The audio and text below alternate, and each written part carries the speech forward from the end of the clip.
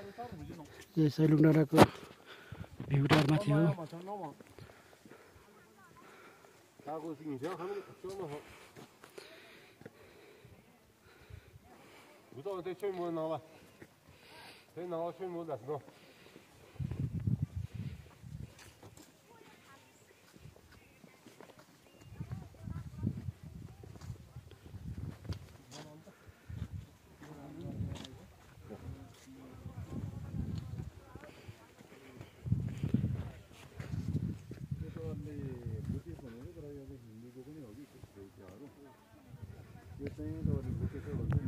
त्यो हिमाल हो, हिमाल।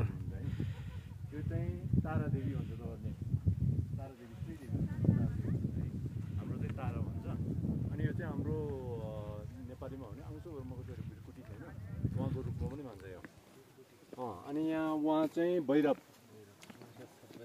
यहाँ तपाईँ आउनु चाहिँ यहाँ यो चाहिँ मञ्जुश्री काठमाडौँको खाल्डो जसले काट्यो नि उहाँ यही खड्कोले काटेको रहेछ। अनि उहाँ चाहिँ मञ्जुश्रीले चाहिँ ज्ञानको देउताको रूपमा पनि भन्छ है। त्यही कारण माथि त्यो पुस्तक हो त्यो ज्ञान चाहिँ। अनि माथि त गुरु रिम्पोछे पद्म सम्भव भन्छ। उहाँ त अब यही ठाउँको मेन तीर्थ नै उहाँको हो।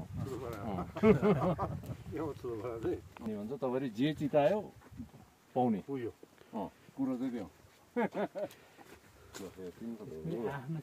आफ्नो चिज छ। यो चाहिँ फेरि तारा भन्छ। ताराले चाहिँ तपाईँको विघ्न बाधाहरू छिटो छिटो त्यो त्यसलाई चाहिँ हटाउने हो भने ताराको पूजा गर्नुपर्छ। विघ्न बाधा रोग व्याधि जे पनि छ नि त छिटो छिटो तपाईँको हटाउने हो भने चाहिँ। अनि उहाँ त बल एकदम शक्तिको